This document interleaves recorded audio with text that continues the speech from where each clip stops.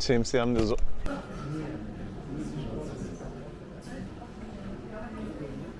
Şimdi hayır bu soğukta Eyfel'e kim merdivenle çıkalım dedi. Çalışabilir miyiz? Magdalalı Meryem'in Rahmi olduğuna inanılıyor.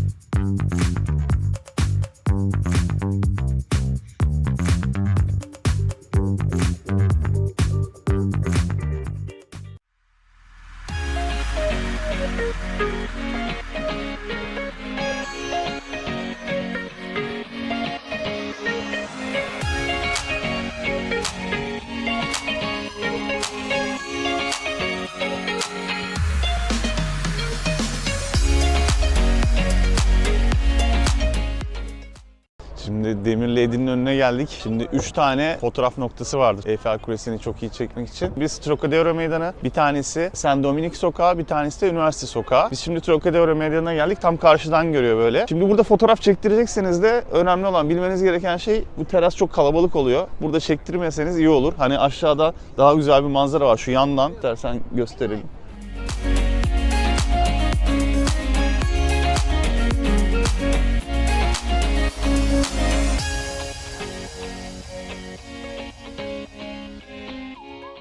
Biraz Eyfel Kulesi'nden bahsedeyim. 1889 yılında yapılmış. Bu Fransız devriminin 100. yılını kutlamak amacıyla bir fuar yapılacak. Bu fuarın da giriş kapısı olarak Eyfel Kulesi'nin yapılması düşünülmüş. İlk yapılınca bu 2 senede tamamlanmış. İlk 1887 yılında başlamışlar. İlk başladıklarında demişler bu demir yığını ne kadar çirkin bir şey. Hani Paris'in görüntüsünü bozacak. Biz bunu istemiyoruz diye Parisliler açıkçası ayaklanmış. Daha sonra 1889 yılında tamamlanmış. İkinci Dünya Savaşı'nda buraya Hitler bile çıkmış. Nasıl çıkmış? Hitler ve Alman orduları Paris'i işgal ettiği için bunların geleceğini duyan Fransızlar asansör halatlarını kesmişler. Hitler yukarı çıkamasın ve bayrak asamasınlar diye. Ama adamlar merdivenle yürüyerek çıkmışlar. Bazı söylentilere göre de Hitler'in tepeye yürüyerek çıkmasının sebebi asansörde bir suikaste uğramasından, korkmasından kaynaklı. Hatta Hitler'in Paris'e ilk girdiğindeki o en ünlü fotoğrafı burada çekilmiştir.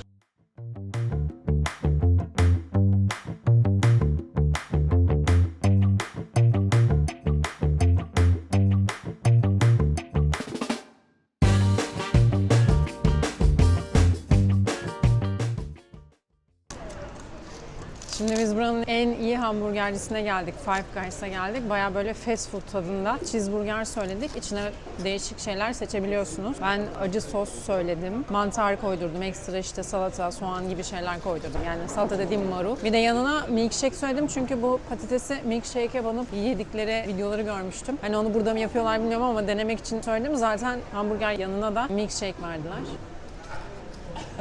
Hamburgeri tadayım önce.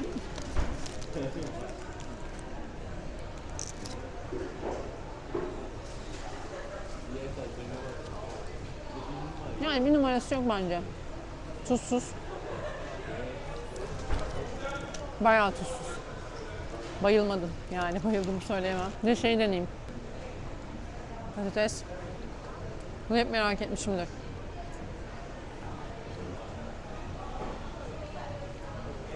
Yani buna da bayıldım söylenemez. Değişik ama mükemmel değil. Videolarda genelde çok iyi tepkiler veriyorlardı. Bence çok gerek yok. Hamburgerin yeri ayrı, milkshake'in yeri ayrı. Patates milkshake'le hiç iyi değil ama başlı başına bayağı iyi. Onu da belirtmem lazım. Bir de bizdeki gibi sosları ekstra parayla almıyorsunuz. Şurada sos mekanı neyse sos yerleri var. Oradan istediğiniz sosu istediğiniz miktarda alabiliyorsunuz. Başarısı ama patates Evet, başarılı. Hı hı. Başarılı. Bence de.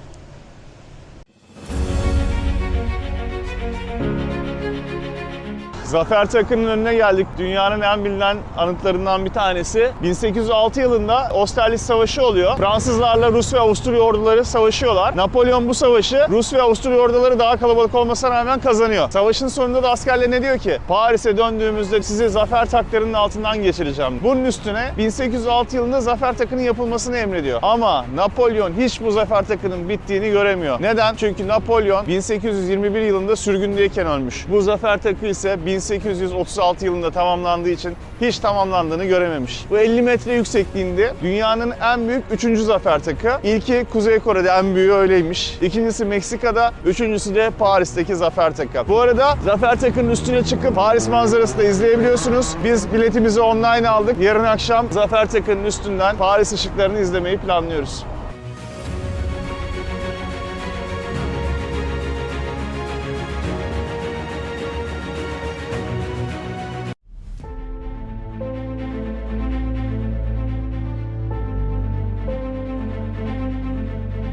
Şimdi Şanzelize'nin sonunda Concorde Meydanı'na geldik. Concorde Meydanı bizim Taksim Meydanı gibi buranın kalbi, merkezi yani. Burası aslında 15. Louis'nin kendi at üstünde olduğu bir heykeli koymak için ilk planladığı yer. Concorde Meydanı'na ilk onun heykeli koyuluyor. Sonra 1789 yılında Fransız devrimi olunca 15. Louis'nin heykeli kaldırılıyor buradan. Burası devrim meydanı oluyor. Buranın çok kanlı bir tarihi var. Marie Antoinette ve 16. Louis dahil olmak üzere 4000 kişinin giyotinlerle idam edildiği yer burası. O yüzden çok kanlı bir tarihi var. Hatta daha sonra bu kanlı tarihi unutturmak için buraya Concorde yani uyum, kanlı tarihi unutturmak için daha barışçıl bir isim vermek istemişler. Bütün o giyotinin, idamların izlerini silmeye çalışmışlar açıkçası burada. Arkamda da Kavalalı Mehmet Ali Paşa'nın, Osmanlı'nın Mısır valisinin Fransızlara hediye ettiği dikili taşı görüyorsunuz. Sultanahmet'te de var bizde zaten. Bu dikili taş Mısır'dan buraya getirilmiş ama çok uzun sürede, yani birkaç yıl sürmüş bunun buraya getirilip konulması. Mehmet Ali Paşa'nın hediyesi olarak burada duruyor Paris'in merkezinde.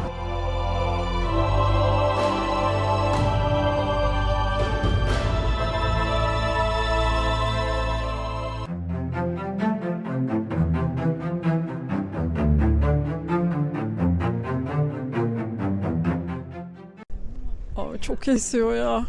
Soğuk. Saraylar hep mi soğuk olur Hakan Efil? Evet, saraylar hep soğuk olur böyle. İçi de soğuk olur, dışı da. Topkapı da böyle. Aynen. Biz bugün şimdi ikinci gündeyiz. Aslında birinci gün sayılabilir. Asıl gezmeye bugün başlayacağız çünkü. Şimdi Versailles Sarayı'na geldik. Orası için detaylı bilgiler veririz zaten ama şöyle bir ikinci gün başlangıcıyla alakalı bilgi verelim istedim. Şimdi bugün neler yapacağız onlara bir bakalım. Bugün Versailles Sarayı'nı gezeceğiz. Zafer Takı'na çıkacağız. Eiffel Kulesi'ne çıkacağız. Vakit kalırsa Saint-Sulpice'e gideceğiz. Arada yine tadımlar yapacağız. Bakalım yetiştirebilecek miyiz Hakan Efil? Yetiştiririz. Biz neler yetiştirdik. Neyse güne başlayalım o zaman.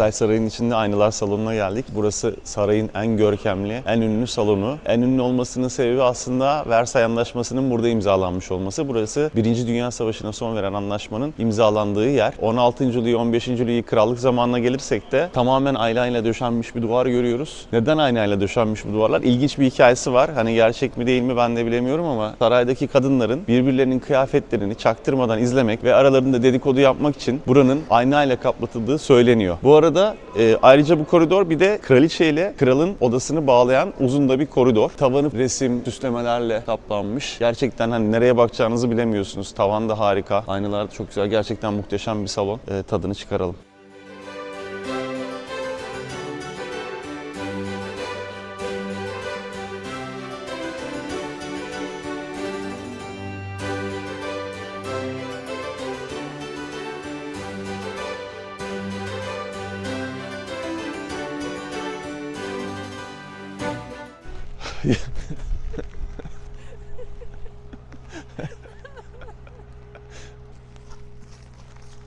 Yağmurlu bir Paris günündeyiz. Paris'in 20 kilometre güneyinde Versailles Sarayı bulunuyor. Oraya geldik şimdi. Buraya kadar gelmişken Versailles Sarayı'nı görmeden gitmek olmaz. Bayağı da yağmur yağıyor. Burada da zor duruyoruz ama bahçeler o kadar güzel ki gezmek istedik. Burası öncelikle bir av köşkü olarak tasarlanmış. Ama daha sonra devletin merkezine 14. Louis buraya taşımış. Burası Avrupa'nın en büyük saraylarından bir tanesi. 2300 tane oda bulunuyor. İçinde şapeller var, opera salonu var. Ama bilin ne yok sarayda? Tuvalet yok yapıldığında. Çünkü asiller o zaman ihtiyaçlarını olduğu yere gideriyorlarmış ve bunu da hizmetkarlar topluyormuş ama ortaya çıkmış Versailles Sarayı'nın kokusu diye bir şey var. Bir efsane. O kadar kötü kokuyormuş ki Versailles Sarayı tuvalet olmadığından dolayı adamlar parfüm çalışmalarına hız verdiği söyleniyor. Yani Fransızların neden parfüm çalışmalarına bu kadar hız verdiği Versailles Sarayı tarihinden anlaşılabilir diye düşünüyorum. Bu arada Marie Antoinette'den bahsetmeden buradan gitmek olmaz. Marie Antoinette en ünlü şahsiyeti biliyorsunuz Versailles Sarayı'nın. 14 yaşında 16. Louis ile nişanlanıyor. 15. Louis'nin ölmesi üzerine daha 16. Louis yani Marie Antoinette'in kocası 20 yaşında tahta geçiyor. Marie Antoinette de karısı olarak kraliçe oluyor. Marie Antoinette o kadar lüks bir hayat sürüyor ki burada. Partiler, şatafat, pahalı mücevherler, halktan kopuk bir yaşam sürüyorlar. Ve halk en sonunda 1789 yılında devrimi gerçekleştiriyor. Ve burada 16. Louis ve Marie Antoinette'i yakalıyorlar. 4 yıl sonra da Marie Antoinette Concorde Meydanı'nda giyotinle idam ediliyor. Marie Antoinette'in hikayesi de bu şekilde.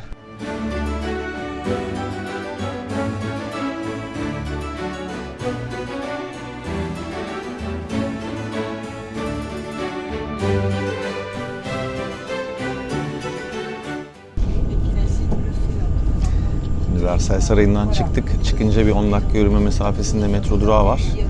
Oradan metroya bindik. Saint Michel bölgesine gideceğiz. Orada Notre Dame Katedrali var. Notre Dame Katedrali'ne giremiyoruz biliyorsunuz 2019'da yandığı için. Bir de Saint Michel'de çok sayıda yeme içme noktası var. O yüzden biraz da karnımızı doyurup bir şeyler içeriz diye düşünüyorum. Yaklaşık 35 dakika sürüyor buradan. Bilet de 4.25 euro. Buraya kadar gelmişken hani Versailles'e uzak olduğu için gitsek mi gitmesek mi diye düşünebilirsiniz. Bence kesinlikle gitmeye değer. Hani sabah erken kalkıp Versailles'e 9'da girerseniz 12'de çıkmış çoktan metroya binmiş ve Paris'e dönüyor olursunuz diye düşünüyorum. Tavsiye ederim yani.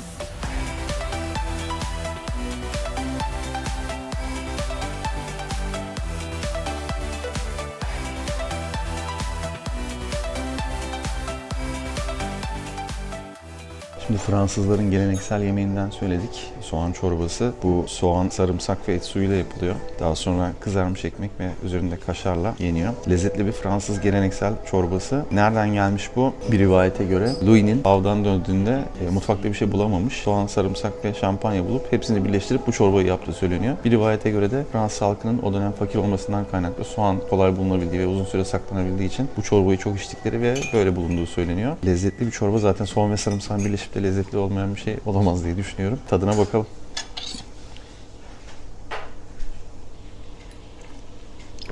Sıcak sıcak da iyi geldi. Havada soğuktu. Çok lezzetli, bence sen de başla.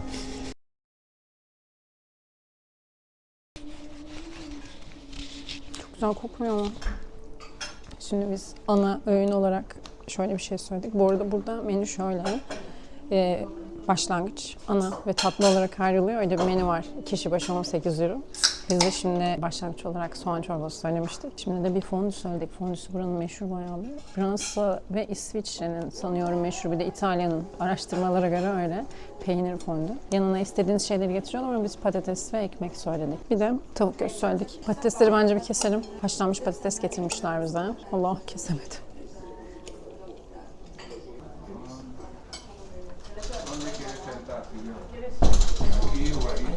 Çok sıcak görünüyor. Peynir de çok kötü yakar insanı.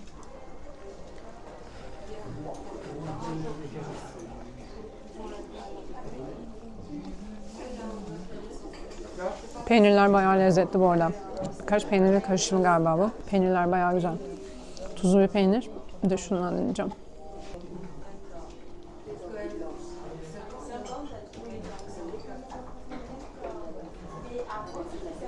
Peynirden korkuyorum. Çok kötü yakıyor ya.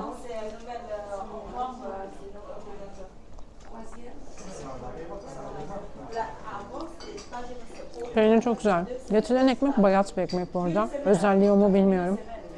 Neyse, yemeğe devam edelim bence.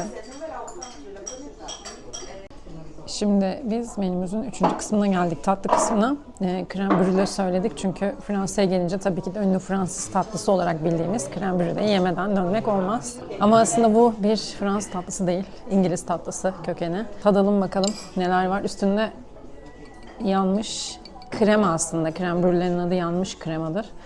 Bir yaklaşabilir miyiz? Şurayı da çatlatayım şöyle.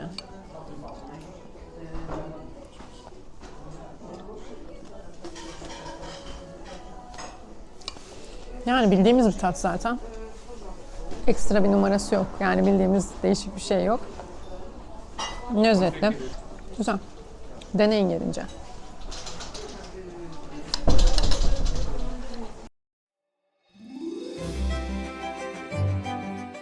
Tam bir jö. Kibar bir jö. Hadi sendeyiz. Hoppa.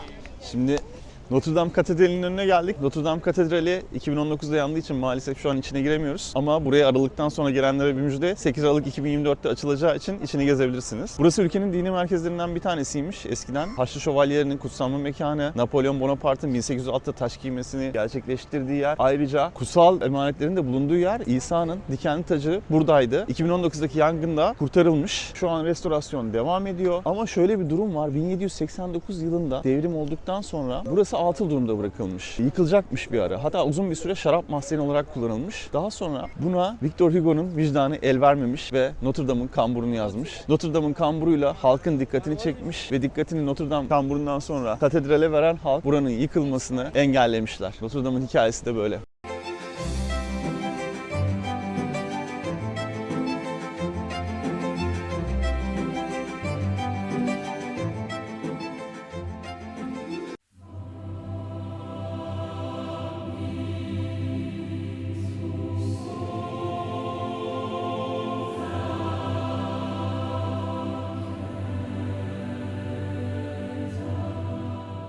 Saint-Sulpice Kilisesi'ne geldik. Saint-Sulpice Kilisesi'nin en önemli özelliği gül çizgisinin Saint-Sulpice Kilisesi'nin içinde yer alması. Bu gül çizgisinin anlamı ne? Dünyanın ilk meridyen çizgisi 1884'e kadar meridyen çizgisi olarak kullanılmış. Daha sonra bu Greenwich'e geçmiş. Şu an Greenwich kullanılıyor. Ama Hristiyanlar için başka bir özelliği var. Bu gül çizgisinin kutsal kasenin yerini gösterdiğine inanılıyor. Peki bu kutsal kase nedir? Dan Brown'un kitabında da geçiyor. 3 tane teorem var kutsal kasenin ne olduğu ile ilgili. Bunlardan bir tanesi son akşam yemeğinde İsa'nın içtiği kadehe kutsal kase denildiği. İkincisi çarmıha gerildiğinde üzerinden akan kanların boşaltıldığı kadehe kutsal kase denildiği. Üçüncüsü ise Hz. İsa'nın Magdalalı Meryem'le beraber olduğu ve Magdalalı Meryem'den bir çocuğu olduğuna inanıldığı için kutsal kasenin son akşam yemeğinde şu şekilde resmedildiği gibi Magdalalı Meryem'in rahmi olduğuna inanılıyor. Bu yüzden bazı Hristiyanlara göre gül çizgisi kutsal kasenin yerini gösterir ve bu yüzden kutsal sayılır. O yüzden Saint-Sulpice Kilisesi bazıları için normalden çok daha fazla kutsal.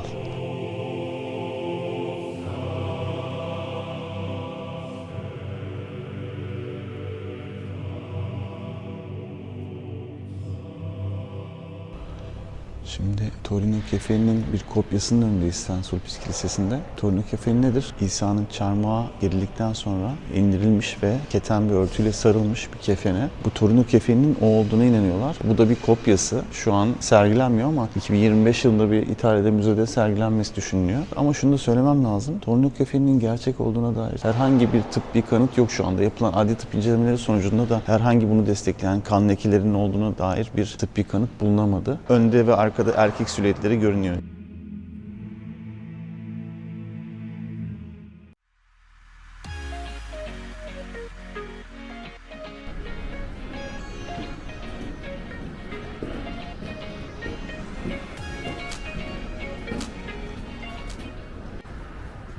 Şimdi hayır bu soğukta Eyfel'e kim merdivenle çıkalım dedi. Hani şey varken asansör. Neden? Niye? Niçin? Ne belli? Nasıl? Çok yoruldum ya.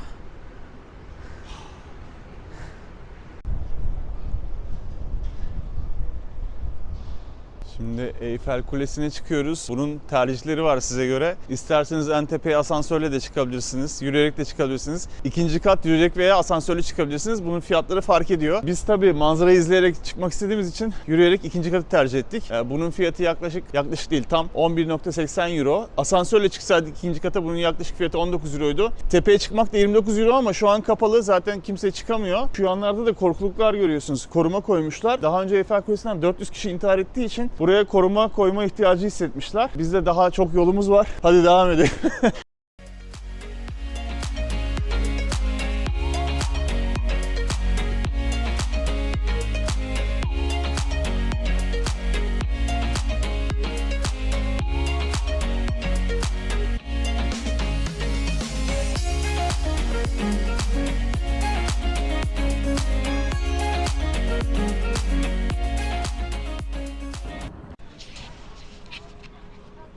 Biz şimdi Eyfel'den indik. Merdivenle çıktık ya biz. Hiç kolay değilmiş gençler. O yüzden bizce asansörle çıkın. Yorucu oluyor. Şu an bacaklarım titriyor benim yani. Ki biz koşucuyuz efendim. Şöyle, biz Floransa'da Giotto'ya çıktığımız için, orası da 90 metreydi, böyle bir cesaret gösterdik ama hani çıkılır, çıkılmaz değil ama gerek yok. Asansör kullanırsanız daha iyi olur bence. 10 euro fark bir şey değil yani. Değil mi? Evet, gerek yok ya. 10 euronuzu verin, ekstra kafanız rahat etsin. Hiç gerek yok. Yani işte görüyorsunuz, iniyorsunuz yorulmadan.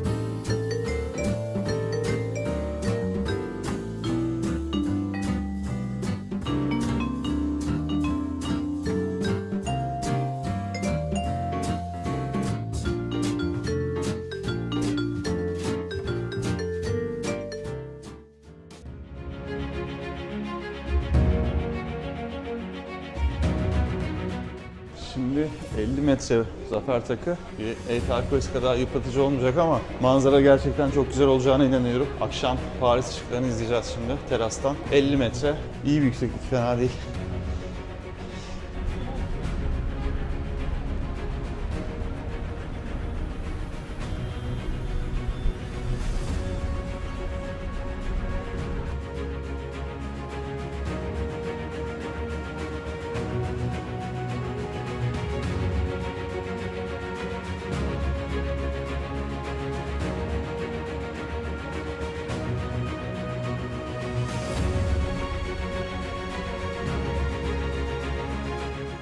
Zafer Takı'nın altındaki meçhul asker mezarının önündeyiz. Üstünde bir ateş yanıyor, görüyorsunuz. Bu ateş 1923 yılından beri yanıyor. 1921 yılında 1. Dünya Savaşı'nda ölen Fransız askerlerin arasına bu meçhul asker mezarı yapılıyor. Daha sonra 1923 yılında da onları anmak amacıyla üzerinde bir ateş yakmaya başlıyorlar. Her akşamda 6.30'da eski askerler buradaki alevi canlandırıyorlar tekrardan. Yarım saat önce de böyle bir seremoni yaptılar. Sürekli yanıyor bu ateş.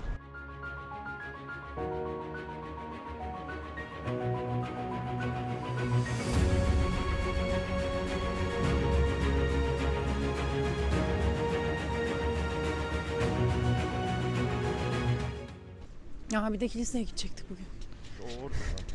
Günaydın. Biz bugün 3. gündeyiz. Dün kendimizi gerçekten çok yormuşuz. İnanılmaz bir program yapmışız. Ama bugün dinlendik ve 3. güne başladık. Şimdi bugün neler yapacağız? İlk önce biz şimdi üniversite sokağına gidiyoruz. Eyfel'le fotoğraflar çekmek için. Tam bir fotoğraf köşesi çünkü. Daha sonra Louvre Müzesi'ne gideceğiz. Ressamlar Tepesi'ne gideceğiz. Orada bir kiliseye de uğrayacağız. Sonra bugün arada yine tadımlar yapacağız. Günümüze başlayalım efendim. Görüşürüz. Şimdi üniversite sokağına gidiyoruz fotoğraf çekimi için. Invalides durağında inip çok az bir süre yürüyeceğiz, 2 dakika. Bu durakta da ineceğiz. Şimdi bu metro durağında inince hemen karşınızda Eyfel'i beklemeyin. O cadde boyunca sonuna kadar yürümeniz lazım. Yaklaşık bir 5-6 dakika sürecek. Ondan sonra Eyfel karşınıza çıkacak. Biz hala yürüyoruz.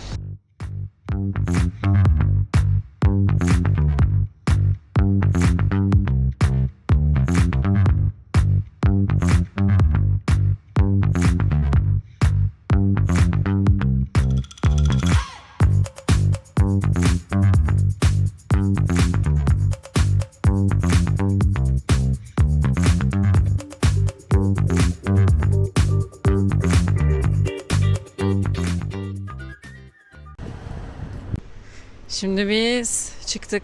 Fotoğraf çekimleri yaptık biraz. Gerçekten güzel bir yer, güzel bir sokak. Mutlaka gidin oraya fotoğraf çekmeye ama sabah çok erken gidin. Çünkü saat 9'da birden doluyor. Turist kafileleri geliyor. O yüzden erken saatte gidip fotoğraf çekimi yapmak isterseniz oraya gidebilirsiniz.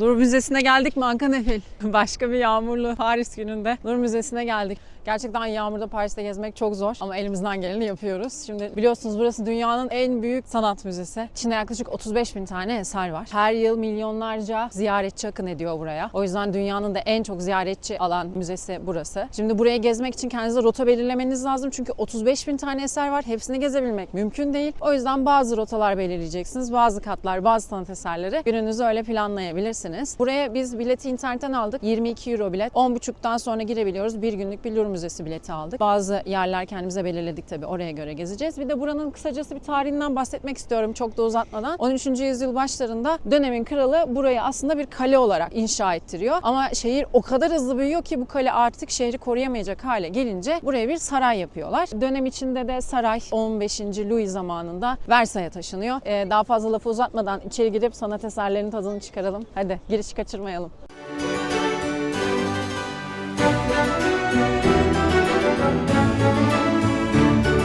Louvre'a giriş yaptık. Burada bir vestiyer var. Vestiyer alanını gösterelim diyorum. Burada istediğiniz dolabı seçebiliyorsunuz. Otomatik şifrelerinizi belirleyebiliyorsunuz kendiniz. Bayağı geniş ve büyük bir alan. İçerileri biraz gidin. Boş yerler buluyorsunuz mutlaka.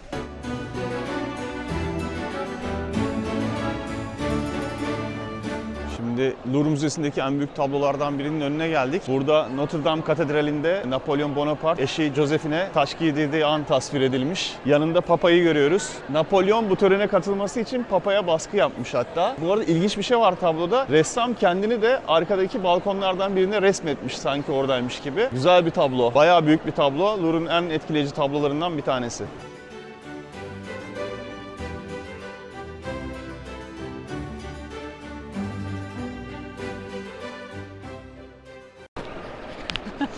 Çok heyecanlıyım ya.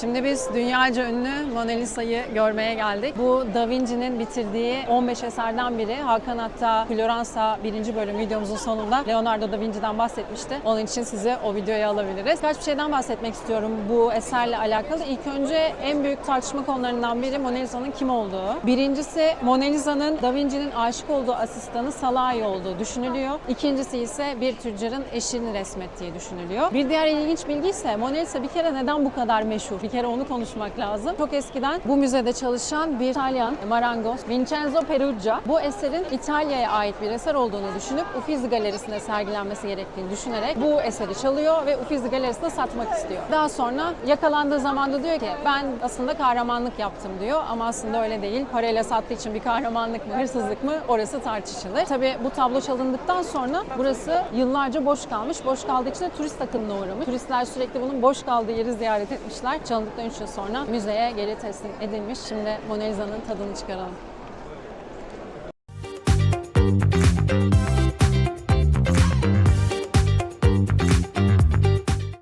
Louvre'un en büyük tablosunun önündeyiz. Bu İsa'nın ve havarilerinin katıldığı bir yemek. Bu yemekte İsa suyu şaraba çeviriyor. Konusu bu tablonun. Yanında da Meryem oturuyor ve dönemin ünlü simaları da resmedilmiş burada. Avusturya Kraliçesi, Fransız Kralı ve İngiltere Kraliçesi de resimde yer alıyor ve Kanuni Sultan Süleyman da var resimde. Bu tam Mona Lisa tablosunun karşısında yer aldığı için Louvre Müzesi'nde hak ettiği değeri gördüğünü düşünmüyorum. İnsanlar çoğunlukla Mona Lisa tablosuna gidiyorlar ama bu da çok etkileyici bir tablo. Zaten dediğim gibi müzenin en büyük tablosu.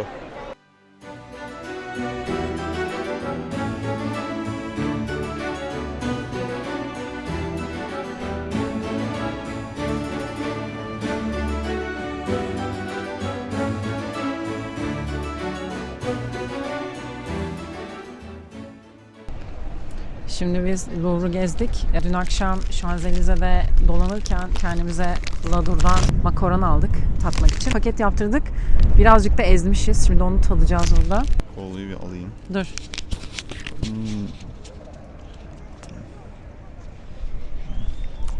Ben makaron çok sevmem. Bu çok iyi olmuş. Ben de tadına baksaydım kakaonun ya. Sen ama gittin Diğerlerini Marie sen de- Antoinette seçtin. Marie Antoinette'i dedim. Bu Marie Antoinette. Marie Antoinette. Ezilmiş Marie Antoinette. Niye mavi yapmışlar acaba onu? Bilmiyorum.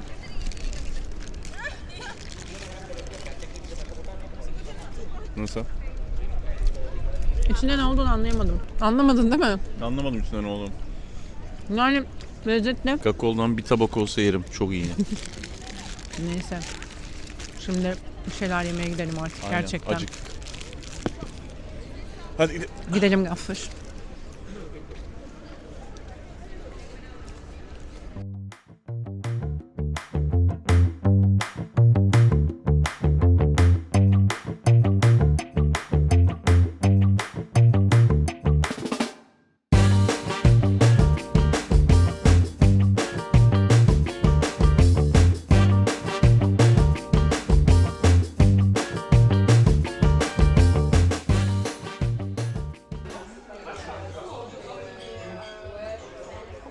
Şimdi ben orta pişmiş biftek istedim. Bakalım nasıl.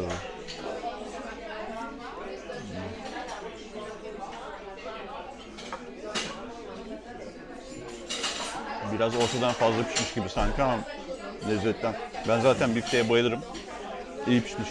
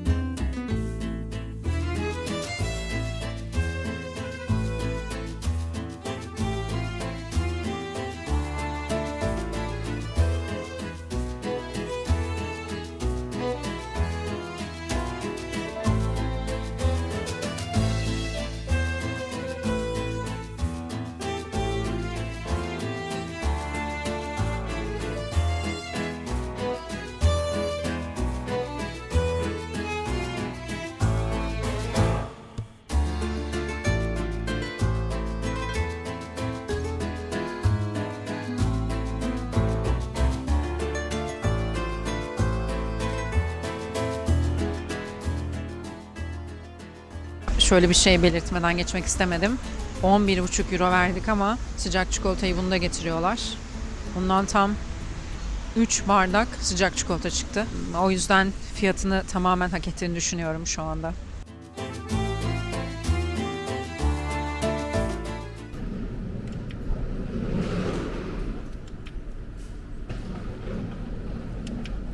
Kaç tane alalım? 4 tane aldım.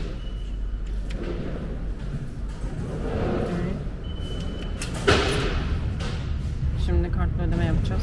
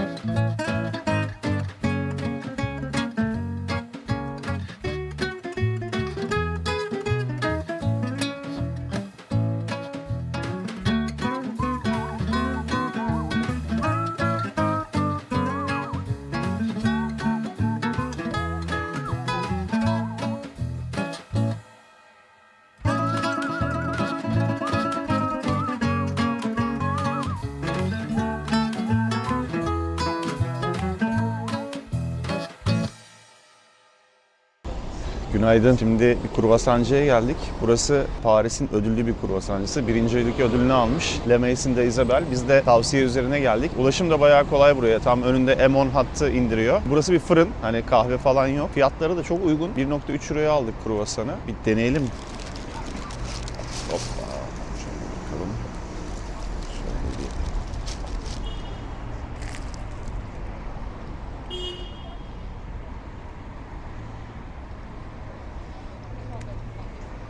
Tereyağını hissediyorsunuz. Floransa'da da birçok kruvasan yemiştik ama galiba en iyisi bu. Sen de tadınca anlayacaksın zaten. Bu kruvasanın da değişik bir hikayesi var. Osmanlı'nın Viyana'yı kuşattığı zamanlarda o zamanki fırıncılar Osmanlı sancağındaki hilalden etkilenerek hamur işlerine böyle şekil veriyorlar. Daha sonra Marie Antoinette Fransa'ya gelince kruvasanı da Viyana'dan buraya getiriyor. Kruvasan bu arada hilal demek. Adı da bu şekilde kruvasan olarak kalıyor. Buradaki bayağı ünlü. Ben daha tatmadım, tadacağım şimdi. Şimdi kruvasan şöyle.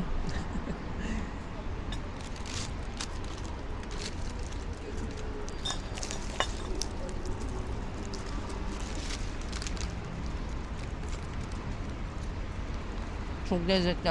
İçi kat kat. Ben tam ısırdığım için görünmüyor olabilir ama bayağı başarılı bir kruvasan. Fiyatı 1,3 euroydu değil mi? 1,3 euro.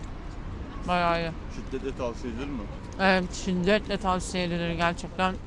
Buraya gelip yiyin. Ha, burada kahve satılmıyor. Şimdi kahve var, ne alaka diyebilirsiniz ama yanında bir tane böyle kafe var. Oraya kruvasanlarınızı alıp gelip oturup kahvenizi de buradan söyleyebiliyorsunuz. İzin veriyorlar. Böyle bir yer yani. Mutlaka gelin. Neyse, görüşürüz.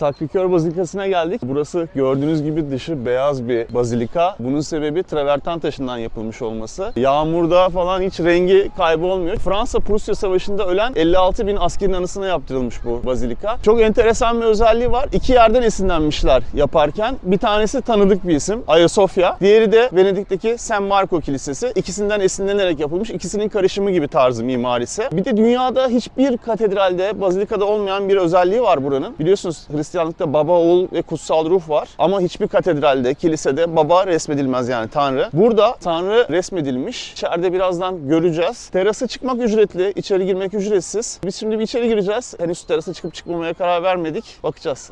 Hadi içeri girelim.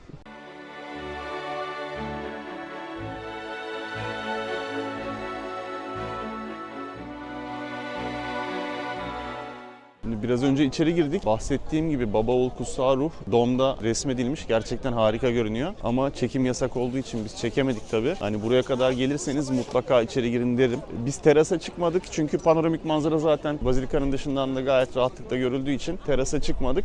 Hani siz tercih ederseniz çıkabilirsiniz. Ücreti de 5 euro. Dediğim gibi bazilikaya giriş ücretsiz.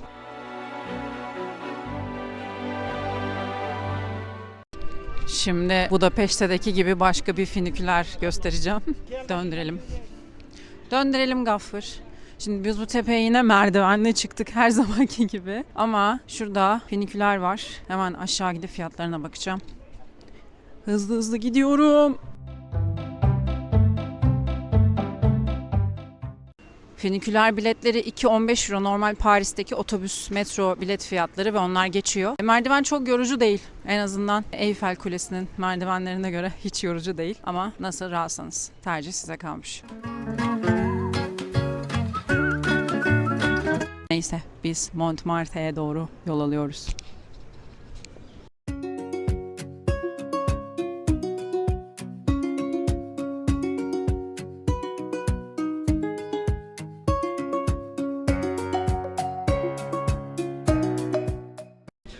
Montmartre'ye geldik. Hemen 2 dakika bile sürmüyor yürümesi. Şu fenikülerin oradan ve kilisenin oradan. Bence seyahatimizin en eğlenceli yerine geldik. Ne diyorsun Hakan Efil? En fazla beklediğim bölge burasıydı, Montmartre. Ressamlar Meydanı'na geldik. Burası Ressamlar Tepesi, Paris'te bulunan 18. bölgede. Benim için aşırı heyecanlı bir gün. Çünkü ben resim yapmayı gerçekten çok seviyorum. Sulu boya yapanlar var, yağlı boya yapanlar var. Bir sürü böyle kendi başına çalışan sanatçılar var. Bayağı eserler var. Birazdan gezeriz onları da. Burada zamanında bu arada Dali, Van Gogh, Picasso çalışmış. O yüzden bayağı heyecan verici. İstersen gel biraz gezelim. Yağlı boya yapan biri var burada. Yalnız bunlar akrilik de olabilir, emin değilim. Neyse çok detaylı bilgiye girmeyelim. Portreni yaptıralım mı Hakan Efil?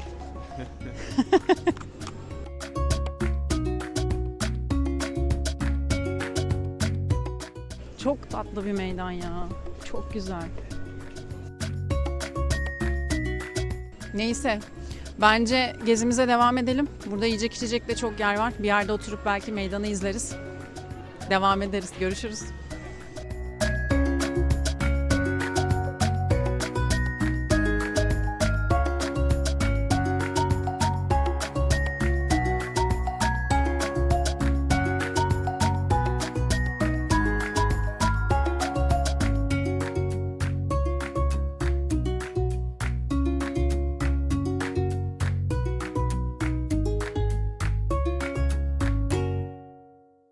Şimdi Montmartre Meydanı'nda aşağı doğru yürüdüğünüzde böyle hediyelik şeyler var. Bayağı kalabalık. Anahtarlıklar alabilirsiniz. Mesela bunların bir tanesi 50 cent. Bunlar var 1,5 euro. Tabii ki ben şunlara bayıldım bu arada. Kartpostallar var böyle. Baskı ama resim yapılmış gibi. Ben bu meydanı aldım. Montmartre Meydanı'nı. Bir tanesi 0,80 euro. Bir de bunların küçük halleri var. Şöyle. Hani belki hediyelik bir şey alır, arkasına not yazabilirsiniz. Bunlar da aynı fiyat. Şunlar bayağı tatlı bu arada. 3,5 euro. Şöyle tepsiler var 3 euro. Bunlar mini puzzle. Çok iyi. 9 euro mini puzzle'lar. Bayıldım. Bu tabloyu hatırlayan var mı? Uffizi'de çekmiştik.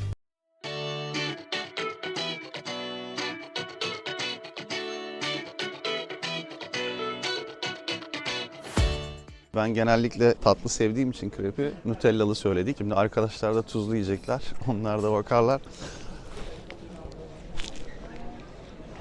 Bayağı iyiymiş. Güzel mi? Çok güzelmiş. Ama yani yemeğim varken ben konsantre olamam kameraya. Ne anlatayım istersin sana Şule'cim? Neden buraya geldik? Şimdi öncelikle Sacré-Cœur, Fransa'yı, Paris'i en yukarıdan görebildiğim bir tepe. Bütün Paris'i ayaklarının altında hissediyorsun. Çok keyifli bir yerdir. Ayrıca Montmartre adından da geldiği gibi dağlardaki insanların gelip burada oluşturduğu pazarlardan kurulur. Maalesef bugün Cuma günü. O yüzden pazarımız yok. Ama eğer pazar günleri gelirseniz bu pazarı gezebilirsiniz. Çok güzel ürünler, çok güzel şaraplar tadabilirsiniz arkadaşlar. Biz bir tane krep söyledik. En sevdiğimiz bu Ressamlar Parkı'ndaki krepçiye geldik. Karetenin içindeki küçük dükkandan krebimizi söylüyoruz her geldiğimizde ve yiyoruz. Bizim söylediğimiz jambon, fromaj, öf diye geçiyor. Yani jambon, peynir, yumurta, tuzlu krep. Hakan'a söylediğimizde çikolatalı.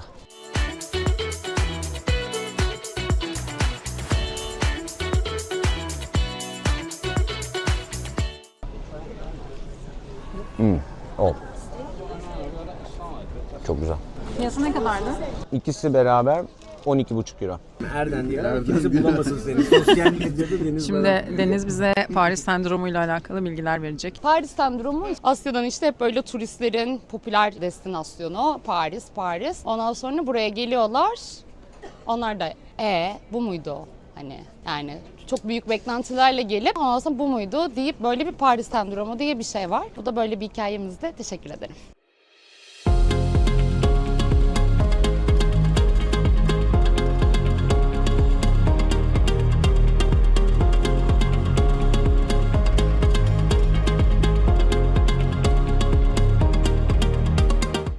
Şimdi Marché des Enfants Rouge'a geldik. Burası aslında bizim bildiğimiz pazar yeri gibi bir yer. Balıkçısı var, manavı var, peynircisi var, her şey var. Bir de yeme içme yerleri var. Hani Floransa'da gezdiğimiz Grand Market'i biraz hatırlatıyor ama bakalım, biraz uzak mesafede tabii, tam merkezde değil. M3'le geldik buraya metro hattıyla. Metrodan indikten sonra bir 5 dakika yürüyorsunuz. Değişik bir yer, görmek isteyebilirsiniz. Dediğim gibi hem pazar alışverişi yapıp hem karnınızı doyurup hem de bir şeyler içebileceğiniz bir yer. Arka taraf pazar bölümüydü. Burada da yeme içme yerleri var, böyle street food tarzında. Hızlı hızlı böyle bistrolarda yemeğinizi yiyip bir şeyler içip devam edebilirsiniz.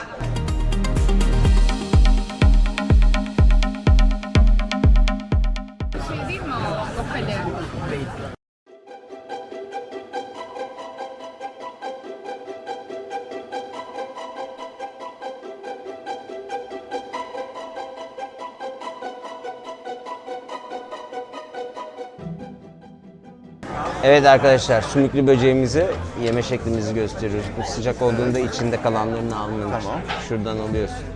En dipten çekiyorsun. Şu şekilde çıkıyor. Tamam. Aldığım şeyleri.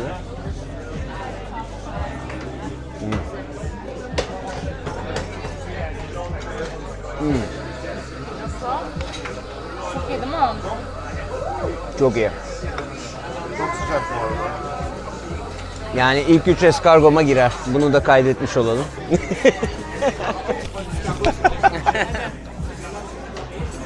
Bunu da yapmadık demeyiz ya.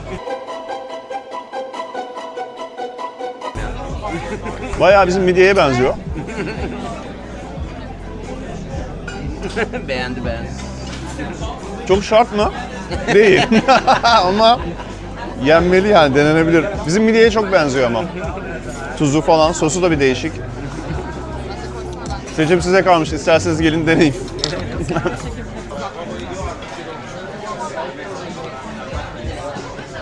Şimdi fırında peynir kızartması gibi bir peynir söyledik. Adı Mondor bunun. Üzerine zeytinyağı sürülüp fırına atılıyor. Biraz bekliyor. Üstü biraz kızarmış.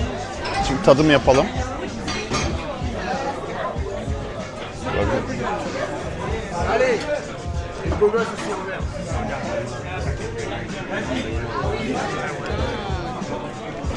Bayağı tuzlu, böyle güzel. Tavsiye ederim. Gayet lezzetli. Fiyat ne kadardı? Soralım arkadaşlar. 26 euro. 26 euro.